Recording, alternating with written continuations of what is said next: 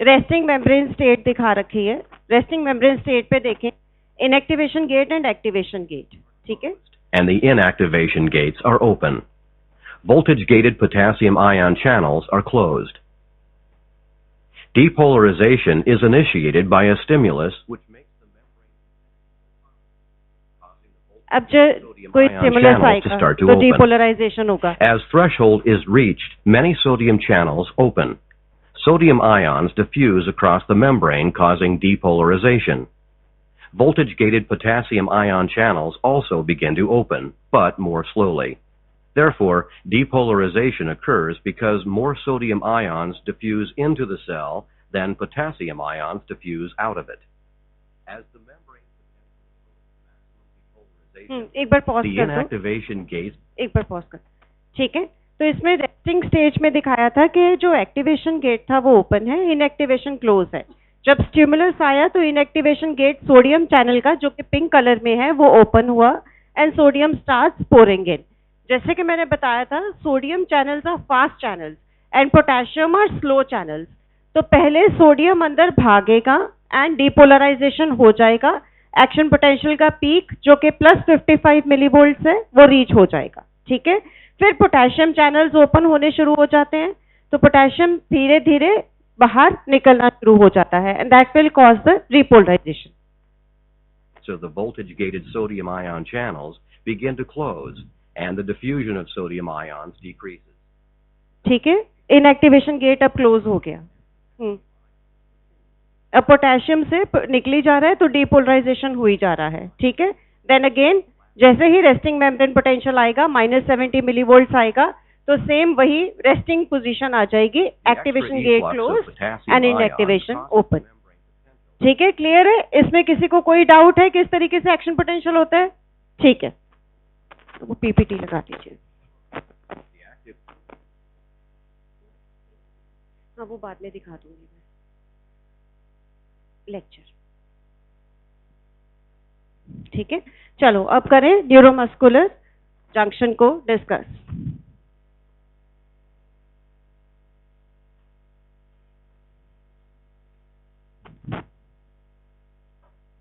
ठीक है, तो ये कह रहा है कि मूवमेंट ऑफ द बॉडी, मतलब कोई भी अगर बॉडी में मूवमेंट करनी है तो ऑब्वियसली न्यूरॉन से मसल तक को इंफॉर्मेशन जानी चाहिए।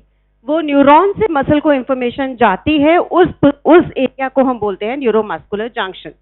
So neuromuscular junction is a specialized form of chemical synapse which comprises of a alpha motor neuron and the muscle fiber it innervates. ठीक है, alpha motor neuron। बेटा मोटर न्यूरॉन्स अलग अलग तरीके के होते हैं, गामा मोटर न्यूरॉन भी होता है, अल्फा भी होता है। Alpha is activating and gamma is deactivating. जैसे मैंने हमेशा आपको बताया है कि कहीं पे भी बॉडी में अगर कोई चीज को एक्साइट करना है तो साथ में ही ऐसी चीज भी बनी हुई है जो उसको सप्रेस करे। ठीक है, तो opposites already present in the body. अब अल्फा मोटर न्यूरॉन जो है ये एक्साइटिंग न्यूरॉन है, इससे आपको आपकी जो मसल है उसको इंफॉर्मेशन जाएगी एंड मसल का जो भी एक्शन होना है which obviously has to be contraction, तो कॉन्ट्रैक्शन होगी। ठीक है, and the muscle fibres it innervates. वो कह रहा है कि जंक्शन और साइनैप्स में क्या फर्क है, जल्दी आ जाओ और डोर बंद कर दो। अब What happened? What happened to her? ठीक है, साइनैप्स और जंक्शन में क्या फर्क है? A junction will always respond to an action potential. अगर प्री साइनेप्टिक का मतलब क्या होता है? साइनैप्स से पहले की जो मेम्ब्रेन होगी वो प्री साइनेप्टिक है, साइनैप्स से बाद की जो मेम्ब्रेन होगी वो पोस्ट साइनेप्टिक है। अगर ये साइनैप्स बना है तो this is a pre synaptic membrane and जो लोअर वन है ये आपकी पोस्ट साइनेप्टिक मेम्ब्रेन है। ठीक है, तो वो कह रहे हैं कि अगर प्री साइनेप्टिक मेम्ब्रेन पे एक्शन पोटेंशियल आएगा तो जो जंक्शन है उसमें हमेशा हमें कोई ना कोई एक्शन दिखेगा ही दिखेगा। साइनैप्स पे हो सकता है दिखे या ना दिखे। ठीक है, junction will have a safety factor, sufficient release of neurotransmitter to ensure the action potential. मतलब बात वही है कि एक्शन पोटेंशियल तो होना ही है अगर जंक्शन है।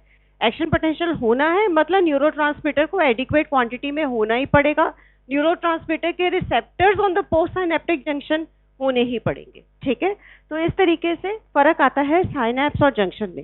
साइनैप्स क्या होता है, जैसे न्यूरॉन टू न्यूरॉन इज है ना, तो हो सकता है कि वहां पे अगला न्यूरॉन एक्साइट ना हो, this can happen, but junction पे ऐसा कभी भी नहीं होगा कि जो पोस्ट साइनेप्टिक जो भी मसल फाइबर है वो आपकी करेगी ही करेगी रिएक्ट। मोटर न्यूरॉन्स और द अल्फा मोटर न्यूरॉन्स क्या है, लार्ज माइलिनेटेड नर्व फाइबर्स हैं, ठीक है। माइलिनेटेड है, ऑब्वियसली हमने पहले भी बात करी थी कि जो भी लार्ज मसल फाइबर्स होते हैं वो माइलिनेटेड ही होंगे, क्योंकि हमें पोटेंशियल लॉस नहीं करवाना, जितना डायमीटर ज्यादा है उतना पोटेंशियल लॉस होने के चांसेस ज्यादा हैं, तो इसलिए उसको अच्छे से माइलिनेशन दे दी जाती है। So large myelinated nerve fibre है। सेल बॉडीज इनकी कहाँ है, स्पाइनल कॉर्ड या ब्रेन स्टेम से। ऑब्वियसली स्पाइनल कॉर्ड या ब्रेन स्टेम से ही इंफॉर्मेशन आती है कि इस मसल को कॉन्ट्रैक्ट करवाना है या नहीं करवाना। न्यूरोमस्कुलर जंक्शन, हर नर्व फाइबर, बेटा बहुत सारे न्यूरॉन्स मिलके एक नर्व फाइबर, न्यूरॉन्स के एक्सॉन्स मिलके एक नर्व फाइबर बनाते हैं। नर्व फाइबर आगे मसल को इनोवेट करती है।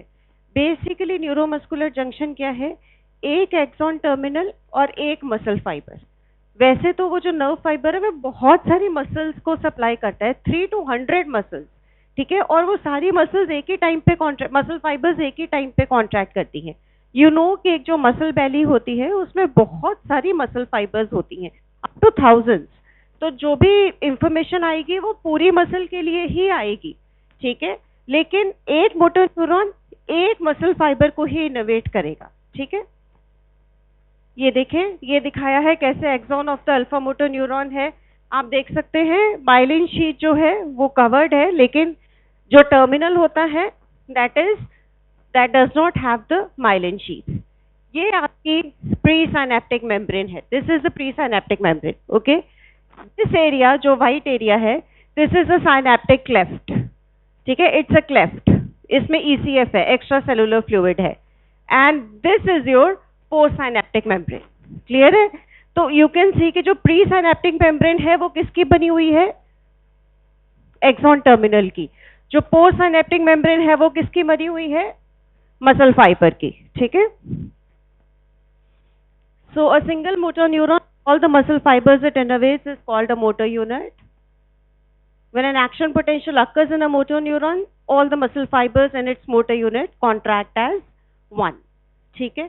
अब होता क्या है यहाँ पे, axon of a motor neuron branches, loses the myelin sheath and forms axon terminals। हमको पता ही है कि एक्सॉन जब टर्मिनल में आएगा तो वो एक नॉब सी बना देता है और उसकी जो माइलिन शीट है वो वहां पे प्रेजेंट नहीं होती। Axon terminals contain vesicles resembling the vesicles found at the synaptic interfaces. क्या कहना चाह रहा है कि एक्सॉन टर्मिनल में वेसिकल होते हैं। ये वेसिकल किस चीज से भरे हुए होते हैं, न्यूरोट्रांसमीटर। एक्साइटेटरी न्यूरोट्रांसमीटर कौन सा है न्यूरोमस्कुलर जंक्शन पे, एसिटाइलकोलिन। तो जो एक्सॉन टर्मिनल है उसमें वेसिकल है जिसमें के एसिटाइलकोलिन है, और जो पोस्ट सिनेप्टिक जंक्शन है, जो पोस्ट सिनेप्टिक मेम्ब्रेन है, जो अपनी मसल फाइबर की मेम्ब्रेन है, उसमें क्या है, उसमें रिसेप्टर्स हैं जिसमें वो एसिटाइलकोलिन जाके अटैच होगा, ठीक है। So these are the nicotinic receptors, जहां पे जो एसिटाइलकोलिन प्री सिनेप्टिक से रिलीज होगा वो पोस्ट सिनेप्टिक के रिसेप्टर्स पे जाके अटैच हो जाएगा, तभी एक्शन क्रिएट होगा। अब आप एक चीज को समझें कि acetylcholine is a chemical substance, ठीक है। तो ऑब्वियसली ऊपर कौन से चैनल्स होने चाहिए, केमिकल गेटेड। जो केमिकल गेटेड है, नीचे कौन से होने चाहिए, वोल्टेज गेटेड। ऊपर एसिटाइलकोलिन के जुड़ने से चैनल खुलेंगे, जब एसिटाइलकोलिन अपने रिसेप्टर से नीचे जुड़ेगा तो वहां पे आपके वोल्टेज गेटेड है, वो वोल्टेज चेंज करेंगे एंड डिपोलराइजेशन होगी सोडियम और पोटेशियम आयन से, ठीक है। सो केमिकल लाइगेंड, केमिकल या लाइगेंड गेटेड, और नीचे वोल्टेज गेटेड, अलग अलग चैनल्स हैं। So axon terminals contain vesicles, axon terminals contain neurotransmitter acetylcholine. Axon terminals invaginate into the muscle fibre, muscle fibre के बीच को चले जाते हैं, ठीक है। Axon terminals and muscle fibres do not physically touch. अपन ने बात करी है कि उनके बीच में एक क्लेफ्ट है, there is a synaptic cleft between the pre synaptic and the post synaptic, तो कहीं पे भी टच नहीं हो रहा है। उसमें क्या है, जो साइनेप्टिक क्लेफ्ट है उसमें क्या है, एक्स्ट्रा सेलुलर फ्लूइड, ठीक है। Muscle fibres membrane is specialized and is different from the plasma membrane of rest of the muscle fiber. Junction is covered by Schwann cells, ये आपको दिखाती हूँ मैं, ये देखें, ये आपकी न्यूरोमस्कुलर जंक्शन है, pre synaptic membrane, synaptic cleft, post synaptic membrane, इसको कवर किया हुआ है श्वान सेल्स ने। क्यों? अगेन ताकि जंक्शन के ऊपर पोटेंशियल लॉस ना हो। अगर वहां पे कोई भी कवरिंग नहीं होगी, माइलिन शीट तो पहले से ही खत्म हो गई है, जंक्शन पे पोटेंशियल ने आगे जाके ही मसल को कॉन्ट्रैक्ट करवाना है, तो अगर वहां पे किसी तरीके की कवरिंग नहीं होगी तो पोटेंशियल लॉस या आयन लॉस होने के चांसेस, वोल्टेज लॉस होने के चांसेस बहुत बढ़ जाते हैं। तो इसलिए वहां पे श्वान सेल्स ने अपना एक कवर सा बना रखा है। They do not make the myelin sheet but they themselves are present there, ठीक है। This is to prevent the loss of potential. The junction is covered by Schwann cells. This insulates the junctional cleft from surrounding fluids and prevents the loss of neurotransmitter by diffusion from the cleft. ठीक है? Synaptic gutter, gutter को तो छोड़ो तुम, synaptic cleft देख लो. It is the space between axon terminal and the synaptic trough. ठीक है? Axon terminal और post synaptic membrane के बीच की जो space है, that is synaptic cleft. कितनी होती है? करीबन 20 to 30 nanometer wide, which is filled with ECF. अब जो पोस्ट साइनेप्टिक मेम्ब्रेन है, पोस्ट साइनेप्टिक मेम्ब्रेन को अपन देखेंगे, ये बहुत वो हो गया है, ज्यादा मैग्नीफाई हो गया है। Anyways we can understand. ये आपका एक्सॉन टर्मिनल आ रहा है ऊपर, this is the axon terminal, right. This is containing acetylcholine. ये आपकी पोस्ट साइनेप्टिक मेम्ब्रेन है। जो पोस्ट साइनेप्टिक मेम्ब्रेन है, इस पे रिसेप्टर्स हैं जिन पे एसिटाइल कोलिन आके अटैच हो जाएगा, ठीक है। और जो पोस्ट साइनेप्टिक मेम्ब्रेन है, that is throne into folds. Folds, जहां पे भी बॉडी में कोई भी मेम्ब्रेन अगर फोल्ड्स में थ्रोन है तो वो क्यों है? सरफेस एरिया इंक्रीज करने के लिए। तो हमें पोस्ट साइनेप्टिक मेम्ब्रेन का सरफेस एरिया ज्यादा चाहिए ताकि सारी मसल फाइबर्स एक साथ कॉन्ट्रैक्ट कर सके। So the post synaptic membrane has been thrown into lots of folds. अब यहाँ पे होता क्या है, let's see. Secretion of acetylcholine by neuron and axon terminals. Action potential along the axon of motor neurons is propagated to the axon. पता है हमें, information गई है ब्रेन और स्पाइनल कॉर्ड को, ब्रेन ने प्रोसेस किया, स्पाइनल कॉर्ड को भेजा, स्पाइनल कॉर्ड ने कहा कि हमें ये मसल को कॉन्ट्रैक्ट करवाना है। The whole information is processed by the brain. Spinal cord is acting as the brain has processed. Spinal cord ने इंफॉर्मेशन भेजी along the axon to the axon terminal, जो कि उस मसल पे एंड हो रहा है, ठीक है। तो that is what is action potential. Action potential ही आगे आगे आगे आगे चलता जा रहा है, वही सोडियम डिपोलराइजेशन, ठीक है। पहले का जो है वो रिपोलराइज होता रहेगा, आगे आगे information in the form of depolarization action potential will be transmitted to the axon terminal. अब वहां पे क्या होगा? Depolarization of terminal opens voltage gated calcium channel, ठीक है। जो अपना प्री साइनेप्टिक एक्सॉन टर्मिनल है, प्री साइनेप्टिक जो एक्सॉन टर्मिनल है, वहां पे वोल्टेज गेटेड कैल्शियम चैनल्स हैं। अब तुम एक चीज का ध्यान दो कि हम 3 डिफरेंट टाइप ऑफ चैनल्स की बात कर रहे हैं। सबसे पहले प्री साइनेप्टिक पे हम बात कर रहे हैं वोल्टेज गेटेड कैल्शियम चैनल्स, फिर उसके बाद हम बात करते हैं लाइगेंड गेटेड चैनल्स, फिर उसके बाद हम वापस बात करते हैं वोल्टेज गेटेड सोडियम चैनल्स, ठीक है। तो 3 तरीके के चैनल्स हैं जो कि आपके साइनेप्टिक न्यूरोमस्कुलर जंक्शन पे प्रेजेंट है। तो प्री साइनेप्टिक पे क्या हुआ कि जैसे ही इंफॉर्मेशन एक्शन पोटेंशियल पहुंचा तो voltage gated calcium channels open up हुए, कैल्शियम राशन किया। ये कैल्शियम क्या करेगा?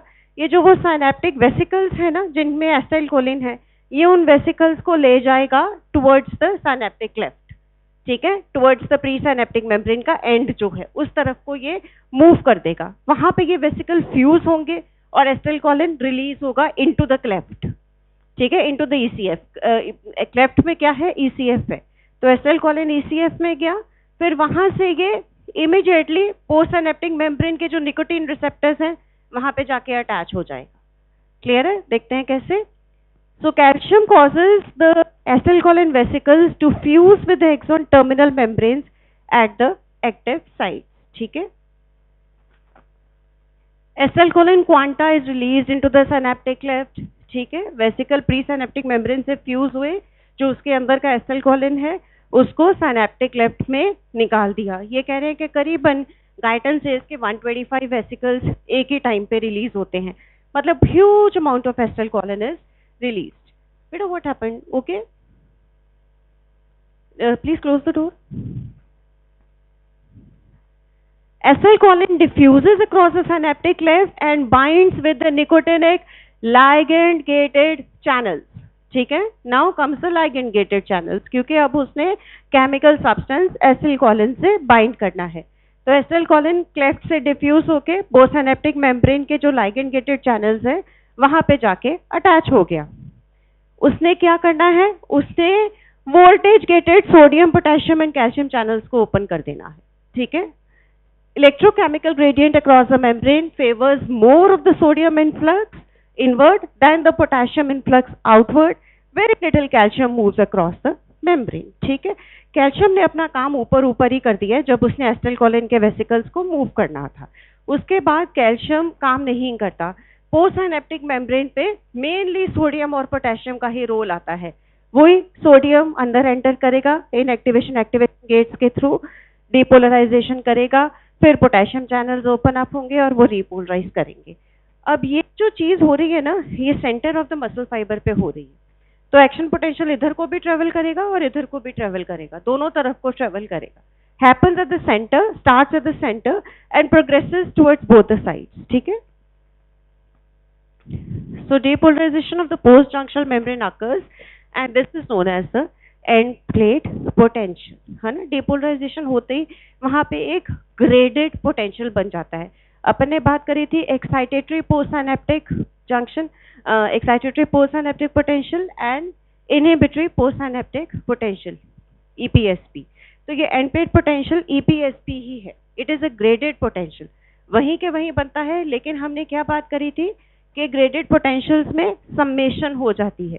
तो ये इतना को होता है, जो एंड प्लेट पोटेंशियल है इतना स्ट्रॉन्ग होता है कि ये सबमिट होके एक्शन पोटेंशियल क्रिएट करता ही करता है, मतलब मसल कॉन्ट्रैक्ट करेगी ही करेगी. ठीक है? क्योंकि एसिटाइलकोलिन कंटिन्यूसली रिलीज होता जा रहा है, वेसिकल से आता जा रहा है. जब तक कि वो एग्जॉस्ट नहीं हो जाता तब तक ये काम चलता रहेगा. अब एक बात और आप देखें कि एसिटाइलकोलिन रिलीज हुआ था क्लेफ्ट में, अपने रिसेप्टर्स पे जाके निकोटिनिक रिसेप्टर्स पे अटैच हुआ. निकोटिनिक रिसेप्टर्स पे अटैच होते ही वहां पे सोडियम चैनल्स ओपन अप हुए, डिपोलराइजेशन हो गई. एसिटाइलकोलिन उसको छोड़ गया अब अपने रिसेप्टर को. अब क्या हुआ एसिटाइलकोलिन का? जब छोड़ गया तो क्या होगा? नहीं, वो रीयूज नहीं होता. एसिटाइलकोलिन रीयूज नहीं होता. वो या तो ईसीएफ में लॉस्ट हो जाता है या वहां पे कोलिनेस्टरेज एंजाइम है जो इसको डिस्ट्रॉय कर देता है. ठीक है? क्लेफ्ट में cholinesterase enzyme is present, it destroys the acetylcholine. तो एसिटाइलकोलिन एक बार ही आके अटैच होगा, उसके बाद डिटैच होने पे वो डिस्ट्रॉय हो जाता है. Destruction of release acetylcholine by acetylcholinesterase. Acetylcholine is rapidly removed by two mechanisms. एक तो एसिटाइलकोलिनेस्टरेज है जो कि पोस्टसिनेप्टिक मेम्ब्रेन में भी है और क्लेफ्ट में भी है, और दूसरा small amount of acetylcholine, it diffuses out of the cleft into the extracellular fluid. So that acetylcholine is lost. Again, जब हमें दोबारा एक्शन पोटेंशियल आना है तो न्यू acetylcholine बनेगा, न्यू वेसिकल्स बनेंगे, सारा कुछ नए सिरे से होगा. ये वाला खत्म. So EPP and excitation of muscle fiber क्या है कि वो कह रहे हैं कि neuromuscular junction post synaptic membrane is not electrically excitable, does not fire N action potential. अपने आप वहां पे एक्शन पोटेंशियल नहीं बनता, वहां पे छोटे से ग्रेडेड पोटेंशियल बनेंगे इन the form of and plate potential, जो कि इतने स्ट्रॉन्ग हैं और समेट इतने हो जाते हैं कि वो एक्शन पोटेंशियल क्रिएट कर देते हैं. ठीक है? EPP is analogous to EPSP but much larger. All neuromuscular junction potentials are excitatory. They cause an action potential of adjacent postsynaptic membrane every time. One EPP is normally more than sufficient to cause action potential generation. Then it is propagated from the both ends so that centre sarcomeres contract first, ठीक है, वो मैंने बता ही दिया कि axon terminal centre of the muscle fibre पे end होता है। तो सबसे पहले सेंटर वाली जो सार्कोमियर है, सार्कोमियर क्या है? मसल फाइबर का पार्ट। कौन सा पार्ट? Contractile part. कौन सा होता है contractile part of a sarcomere? Between two Z lines, ठीक है। तो बिटवीन टू जेड लाइंस का जो पार्ट है, सेंट्रल पार्ट, वो सबसे पहले कॉन्ट्रैक्ट होगा, फिर साइडों वाले कॉन्ट्रैक्ट होंगे। So this is your neuromuscular junction. इसका वीडियो देखते हैं अगर चलता है तो।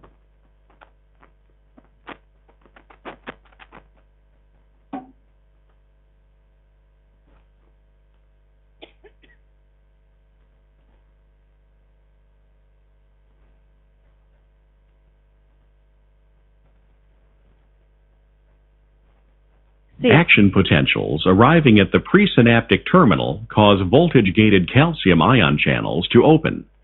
Calcium ions diffuse into the cell and cause synaptic vesicles to release acetylcholine, a neurotransmitter molecule. Neurotransmitter molecules, acetylcholine, diffuse from the presynaptic terminal across the synaptic cleft and bind to their receptor sites on the ligand-gated sodium channels. This causes the ligand-gated sodium ion channels to open, and sodium diffuses into the cell, making the membrane potential more positive. If the membrane potential reaches threshold level, an action potential will be produced. ठीक है, clear है। एक ही बात इसने थोड़ी सी different बोली है कि लाइगेंड गेटेड सोडियम चैनल है जिसके ऊपर एसिलकोलिन रिलीज हो रहा है, but most of the books have written कि जो वो निकोटिनिक रिसेप्टर्स पे लगने के बाद वोल्टेज चेंजेस क्रिएट करते हैं, तो वोल्टेज गेटेड सोडियम चैनल्स हैं जो ओपन अप होते हैं। तो गाइडन वगैरह में यही लिखा हुआ है, so we will focus on that only what is written in the guidance. सो ऊपर क्या है? ऊपर आपके सबसे पहले वोल्टेज गेटेड कैल्शियम चैनल्स हैं, फिर आपके लाइगेंड गेटेड चैनल्स हैं जो कि वोल्टेज वेरिएशन करके सोडियम चैनल्स को ओपन अप कर देते हैं। ठीक है, क्लियर है? Any difficulty neuromuscular junction? Definitely question आएगा। बहुत सुंदर डायग्राम्स इसके बने हुए हैं, वो डायग्राम आपको प्रॉपर्ली आना चाहिए, मतलब वेल लेबल्ड डायग्राम के साथ न्यूरोमस्कुलर जंक्शन के ऊपर आपको क्वेश्चन आता है। So please have a very good look at those कि कहाँ कैल्शियम चैनल्स हैं, कहाँ पे आपके लाइगेंड गेटेड चैनल्स। ठीक है, I guess we are done with this. Today's lecture was a small one. बढ़िया। वैसे तो हम आज ब्लॉकिंग एजेंट्स भी कर सकते थे, but will do it next time when we are going to do the muscles.